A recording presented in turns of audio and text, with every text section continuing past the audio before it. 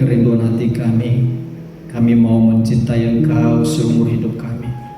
Kami mau mengasihi Engkau Tuhan. Saat ini ya Tuhan, kami mau siapkan hati kami. Kami mau buka hati kami untuk dibentuk, untuk diberkati oleh firman-Mu. Kami mohon Allah Roh Kudus membimbing setiap kami. Kami butuh urapan-Mu Tuhan.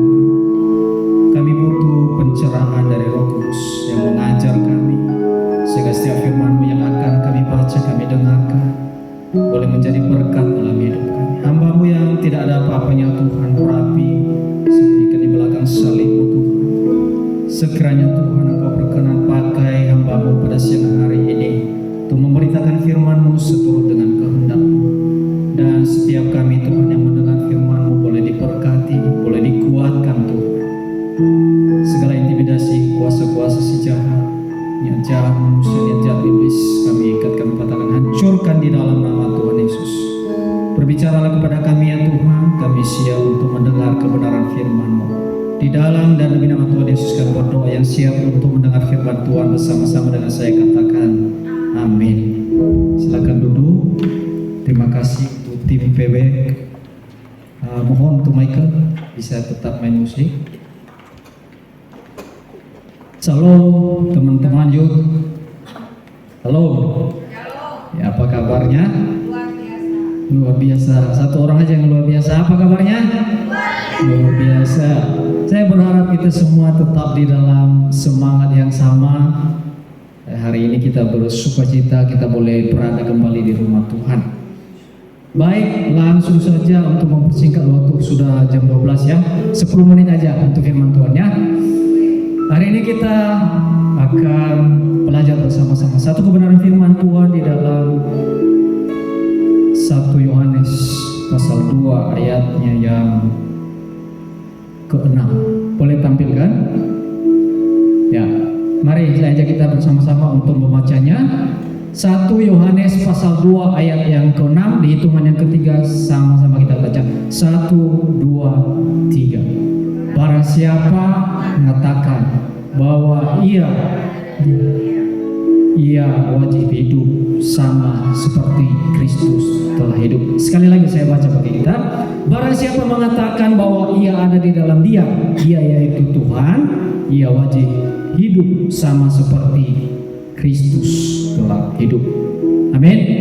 Amin untuk firman Tuhan. Dan sesuai dengan nats firman Tuhan ini, kita akan belajar dengan sebuah tema, yaitu meneladani karakter Kristus. Ya, sesuai dengan tema gereja kita pada bulan ini, yaitu karakter Kristus, meneladani karakter Kristus.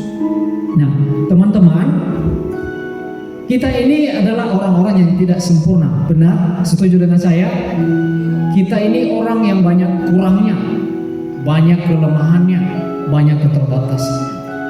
Oleh karena keterbatasan segala kekurangan ini, kita butuh yang namanya panutan. Kita butuh yang namanya model untuk kita tiru. Dan model yang harus kita tiru itu adalah harus seorang yang sempurna. Amin. Nah, makanya kita penting untuk meneladani karakter Kristus, karena karakter Kristus adalah karakter yang sempurna. Tidak ada seorang pun manusia yang memiliki karakter yang sempurna. Sempurna dalam segala hal tak ada. Hanya satu-satunya manusia yang sempurna di dalam karakternya, yaitu siapa? Tuhan Yesus. Tuhan Yesus itu sepenuhnya Tuhan dan sepenuhnya manusia.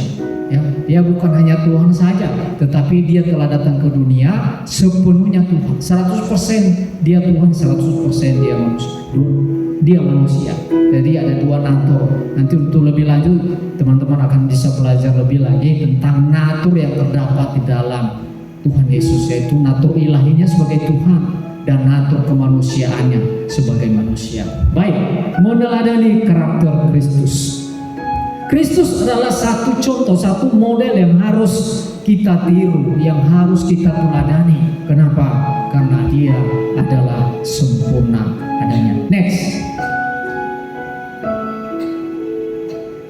Nah, Firman Tuhan di dalam Roma pasal 8 ayat yang ke-29 saya baca, sebab semua orang yang dipilihnya dari semula, mereka juga ditentukannya dari semula untuk menjadi serupa dengan gambaran anaknya, supaya ia, anaknya itu, menjadi yang sulung di antara banyak saudara. Nah teman-teman, begini, kita ini adalah anak-anak Tuhan yang dipilih oleh Tuhan, amin. Nah, Tuhan mempunyai kehendak atas kita.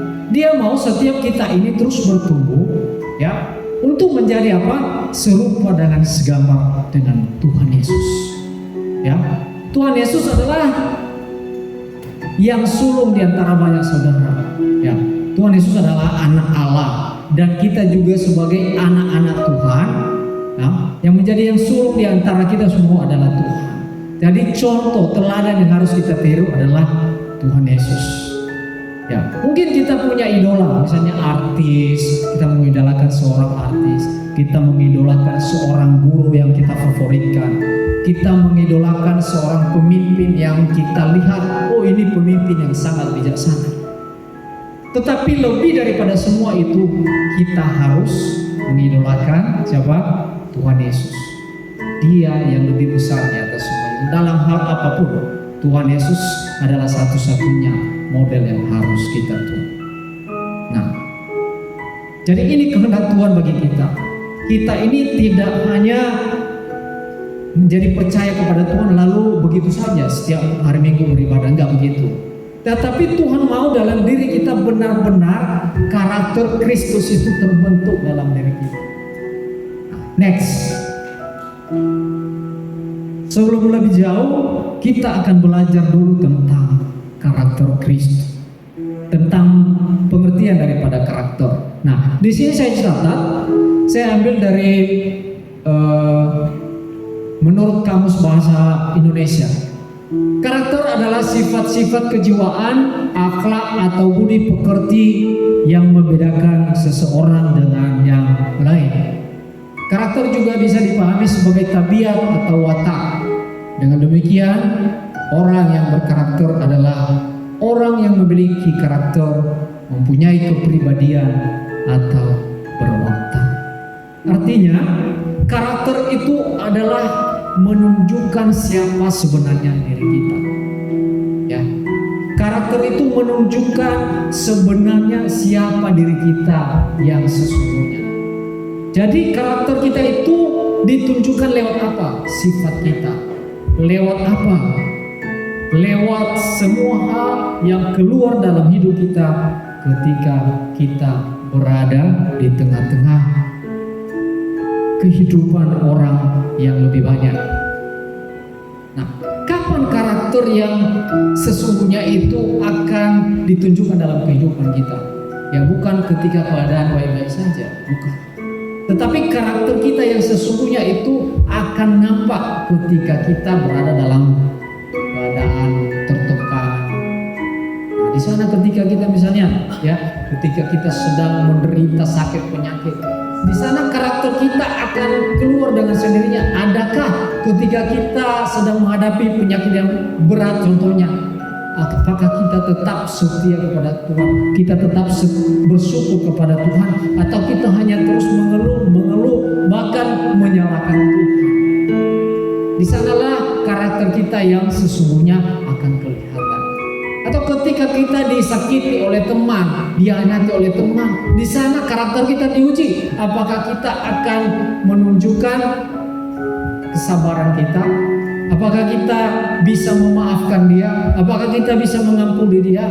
Atau sebaliknya, kita juga akan membalaskan dia dengan hal yang lebih besar? Itu akan menunjukkan karakter kita yang sesungguhnya.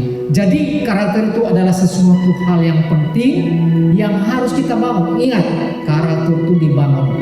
Dan karakter itu terbentuk tidak dengan sendirinya.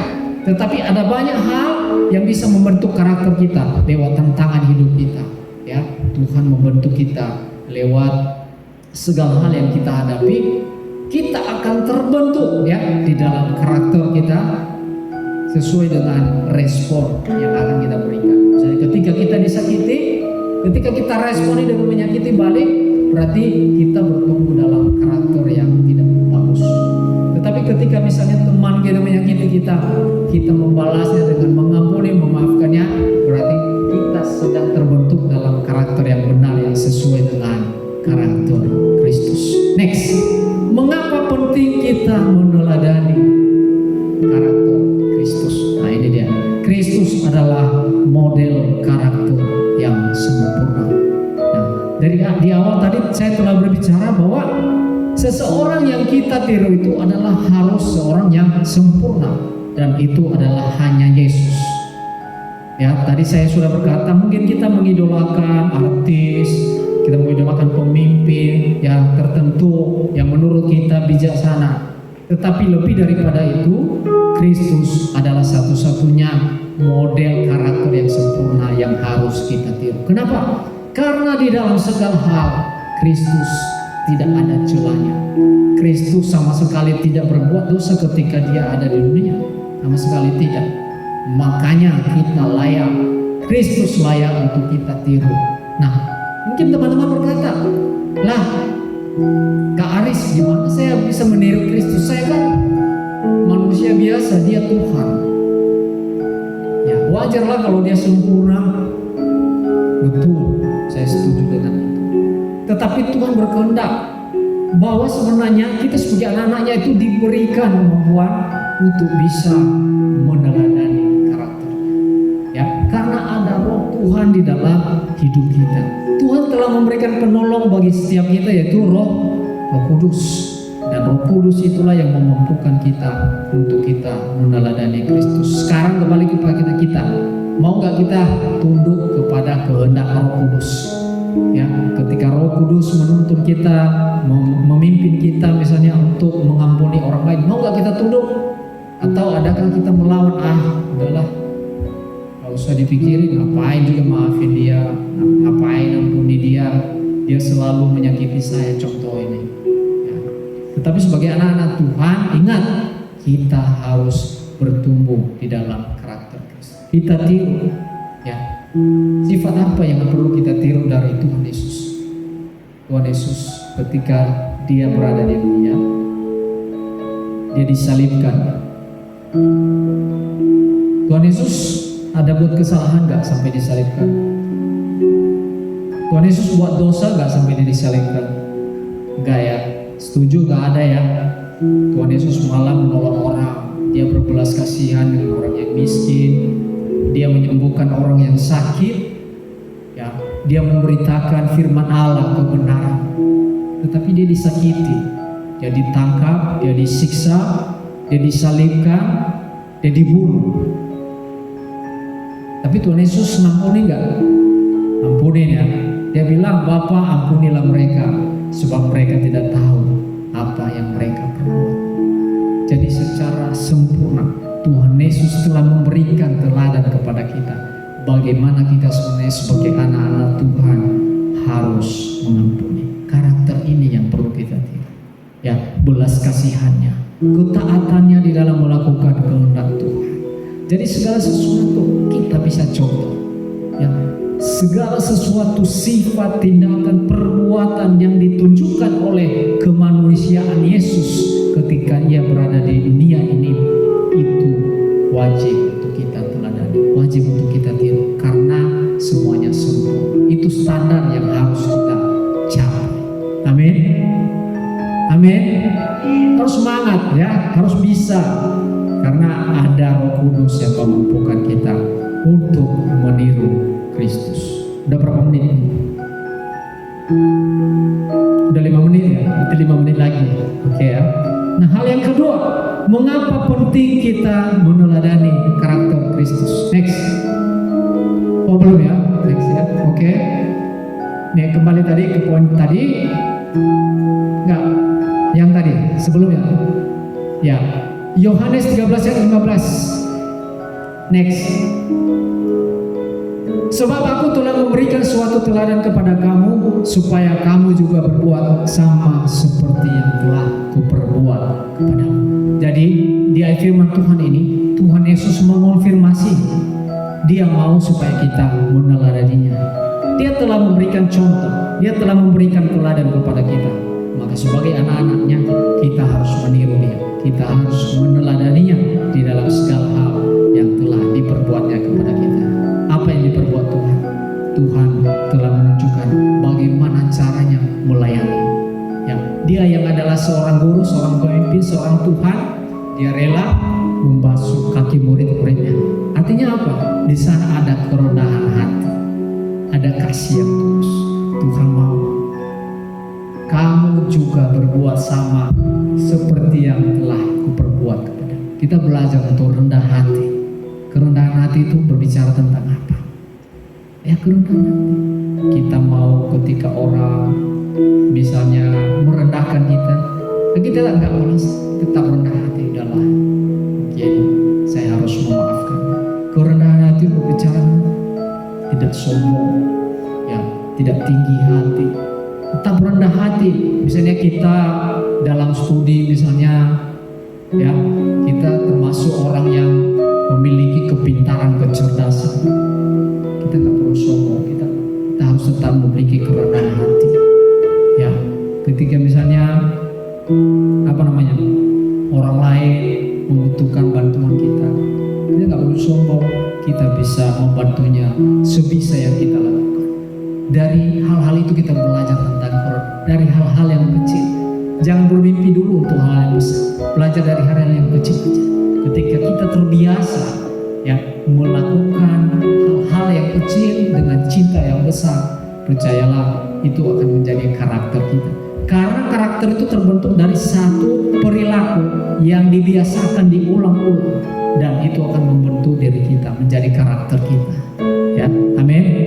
Yang kedua, pentingnya kita meneladani karakter Kristus, karena karakter Kristus membuat hidup kita menjadi berdampak. Semua mau berdampak, semua mau berguna untuk Tuhan dan untuk sesama. Amin. Ya, ada banyak hal yang bisa kita lakukan untuk bisa menjadi berdampak.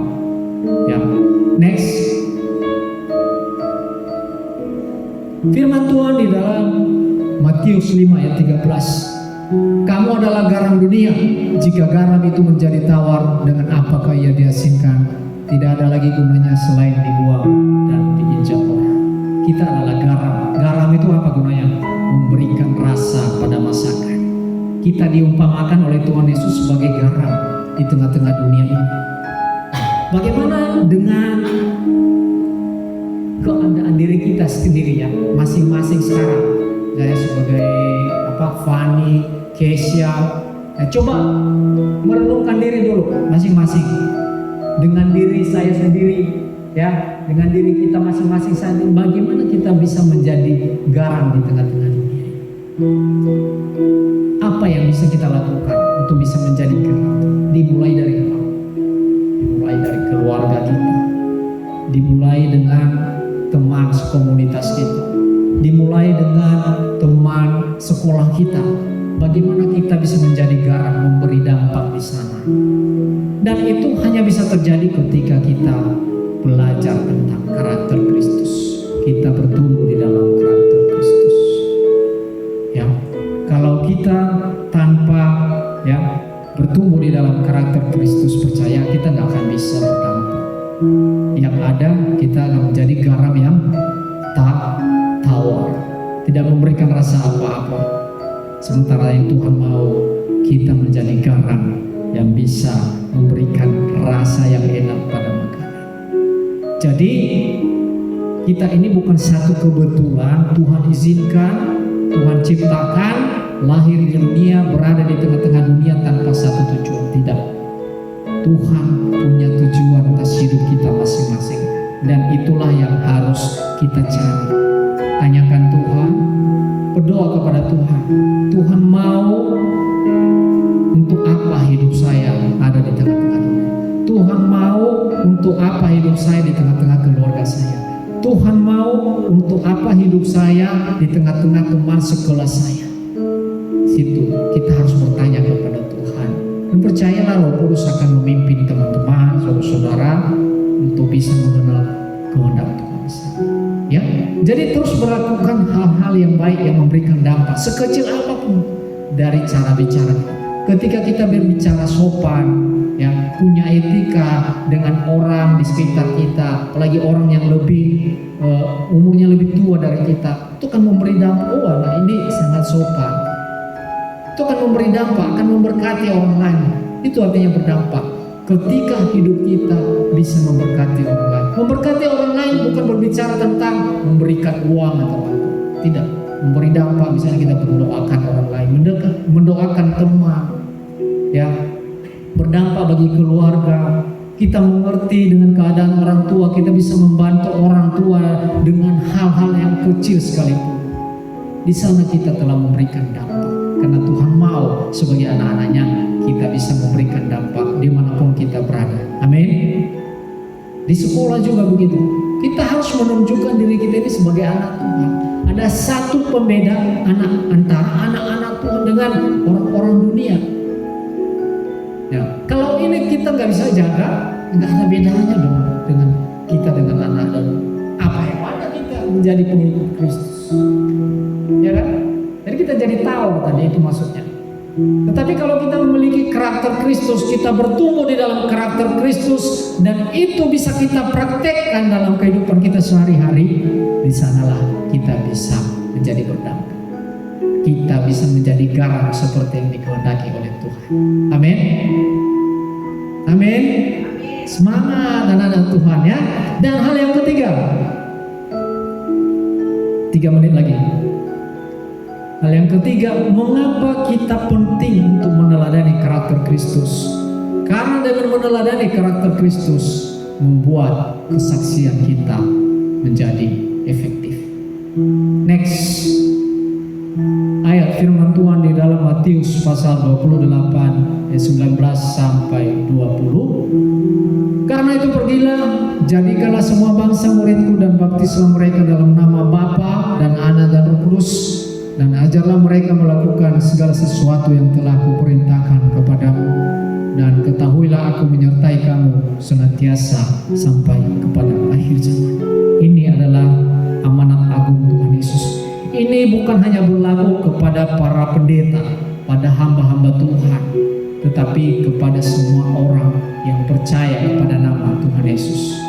Setiap kita yang sudah menerima Yesus sebagai Tuhan Juru Selamat itu, kita terpanggil untuk bersaksi. Nah, bagaimana kita bisa menyaksikan Kristus? Ini loh, Tuhan Yesus itu adalah Juru Selamat. Sementara karakter kita belum bertumbuh di dalam karakter Kristus. Bagaimana kita bisa memberitakan Injil, memberitakan nama Yesus, kalau hidup kita sendiri belum benar? Artinya antara iman itu dengan perbuatan kita harus terintegrasi, ya, sehingga terbentuk integritas antara perkataan kita dengan perbuatan kita selaras, sejalan, seiring, tidak bertentangan. Kita tidak hanya menyandang predikat sebagai anak Tuhan, tetapi di dalam kehidupan praktik hidup kita sehari, kita mendekati anak hantu. Ya, dalam perkataan kita gak bisa jaga, bagaimana kita bisa menjadi saksi? Gak bisa, gak bakalan bisa. Ya, makanya ada satu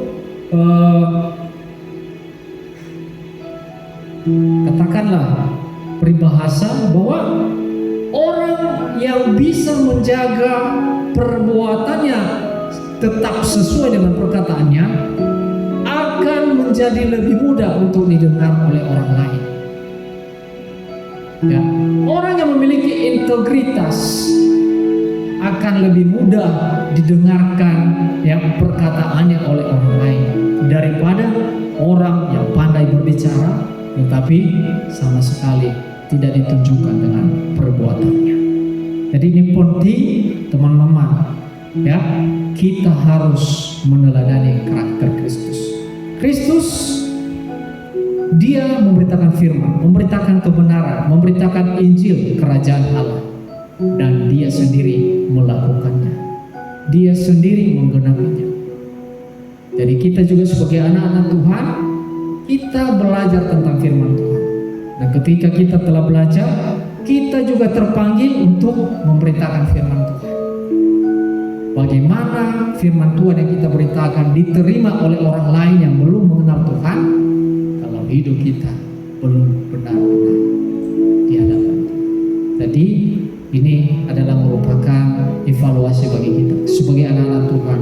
Mari kita jaga integritas kita sebagai anak-anak Tuhan. Kita tetap hidup sebagai anak-anak Tuhan yang hidup di dalam jalan yang benar. Amin. Sehingga kesaksian kita efektif. Ketika kita memberitakan nama Tuhan Yesus, orang lain diberkati. Bahkan orang lain kita bisa selamatkan. Mereka percaya kepada Tuhan Yesus. Jadi teman-teman jangan sungkan ya.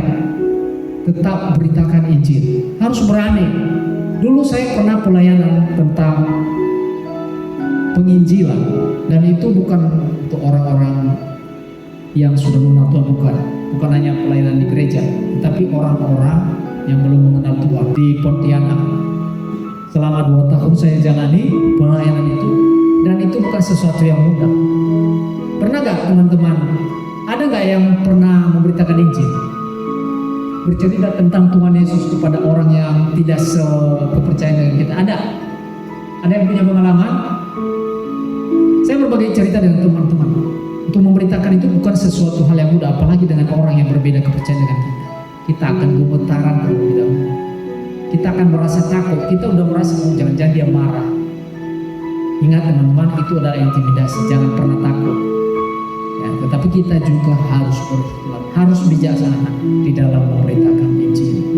Ini adalah tugas panggilan kita.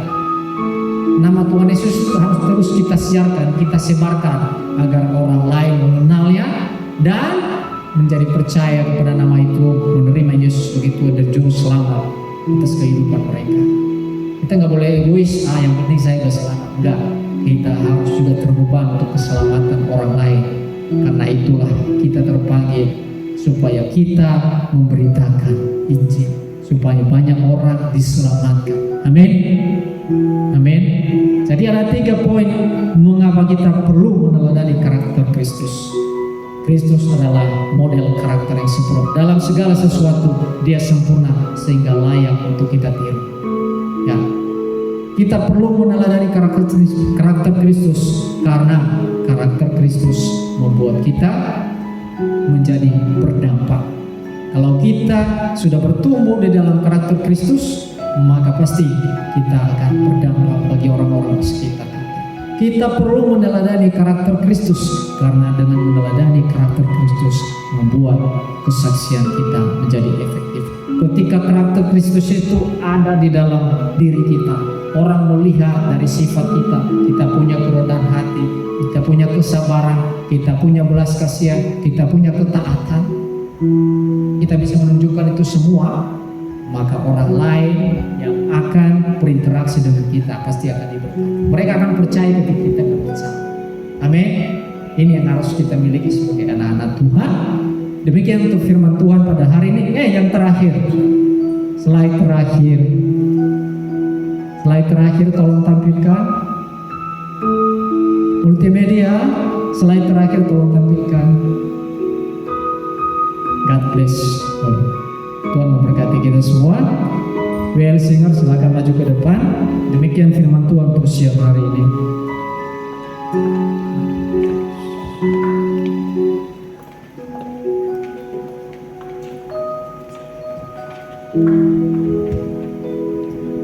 Kita satukan hati kita berdoa.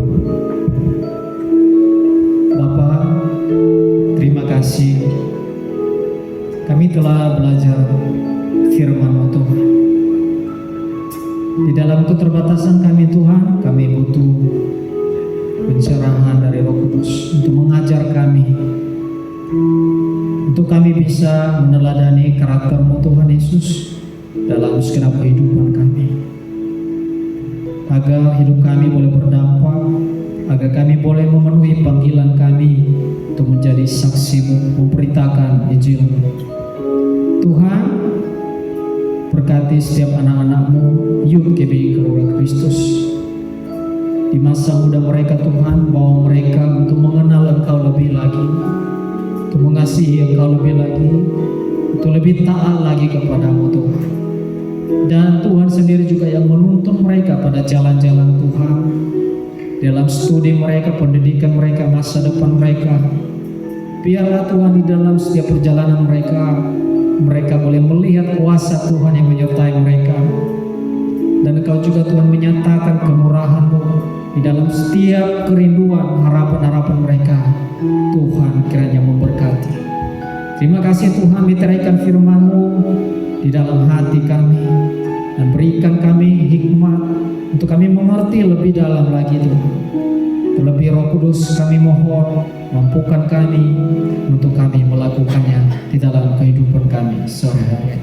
Terima kasih Bapa, kami mengucap syukur waktu yang indah ini untuk kebenaran firman-Mu. Dalam nama Tuhan Yesus, semua yang diberkati sama-sama katakan amin.